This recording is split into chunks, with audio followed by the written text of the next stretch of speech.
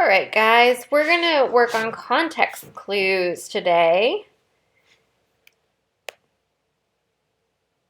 This PowerPoint is by Lisa Lynn Riddle, but it's narrated by yours truly, Mrs. O.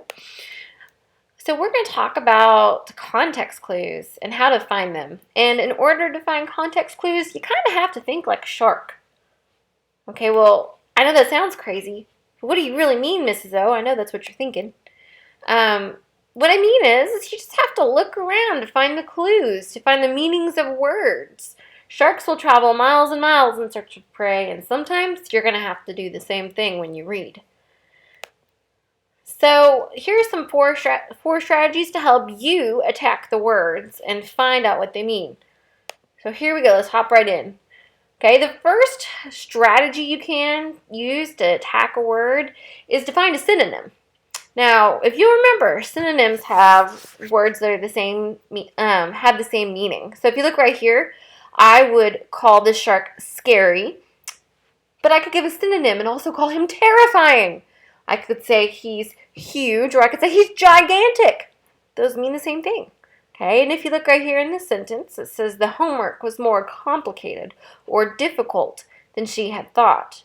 So the word complicated may not be a word that I knew or knew well, but if I kept reading in the sentence, we've talked about sometimes how the author will kind of not hide the word, but put words to help you know what a word means somewhere else in the sentence, either before or after. So as I said, here's the word complicated. I'm not sure what that means, but as I kept reading, I saw the word or difficult.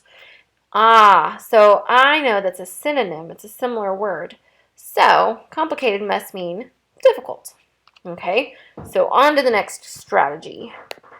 Okay, number 2, you could find an antonym. Synonyms mean the same.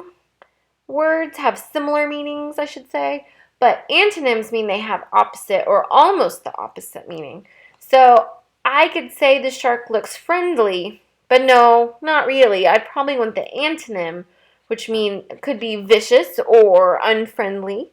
I could say I wouldn't say he's friendly looking. I might say he's scary looking, which he kind of is. Then you look at this sentence. Even though some of the dogs were very docile, others were very mean. So if I use an antonym here, I'm just thinking, it says others were very mean. Well, that means that some dogs must have been very nice or easy to pet, friendly even. So I could figure out what that word docile means. Okay, so we could look for antonyms or the opposite meaning words to also help us figure out what a word means. But you're really going to have to think about the sentence, because I had to think about, before I realized what docile meant, I had to realize that it was saying that some dogs were very mean, but others were different. Okay, let's go to the next one. Number 3. Look in the sentence or in later sentences or in earlier sentences to see if there's an explanation of the word. So you might be unfamiliar with the word exhausted, but if you keep reading, it says Joe was so exhausted she could hardly keep her eyes open. Oh, okay, if you can hardly keep your eyes open, it must mean you're really, really tired. So that gives me an explanation of the word exhausted. Okay, so look for sentences to see if there's an explanation of the word coming up. The final strategy that we are going to talk about is find an example. Sometimes right after the word or in the next sentence, there's going to be, the author will give you an example. So if we look down here, it says celestial bodies such as the sun, moon, and stars can be seen in the sky. Well, I may not know what celestial means, but I do know what bodies are. Okay, and then, I look, and I have some examples. Sun, moon, and stars. Celestial bodies must mean things in the sky. So keep that in mind, that these are all strategies that you can use to help you figure out what words mean when you don't know. So, and the final strategy that I just wanted to tell you is, if you still can't read the word, just keep reading.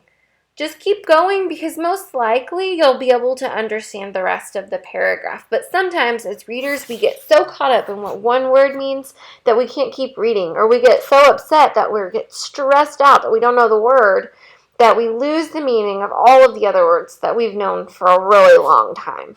So don't get stressed out. If none of those strategies work, just keep going, or as Dory would say, just keep swimming, and everything will be okay. Okay, let's sum it up. So just like a shark, you're going to have to be willing to attack your prey. And that's a lot like when you're reading. You really have to sink your jaws into what you're reading. So when you're reading, look for synonyms. And remember, synonyms mean the same words or similar words. They have similar meanings. You could look for antonyms. Remember that antonyms have the opposite or almost opposite meaning. You can look for explanations of a word. Okay? And finally, you can look for examples. So try all of those things. And if it really just doesn't work for you, then just keep swimming. Just keep reading and just keep going. And don't stress out. It's all going to be okay. All right. Let's go on to the next activity.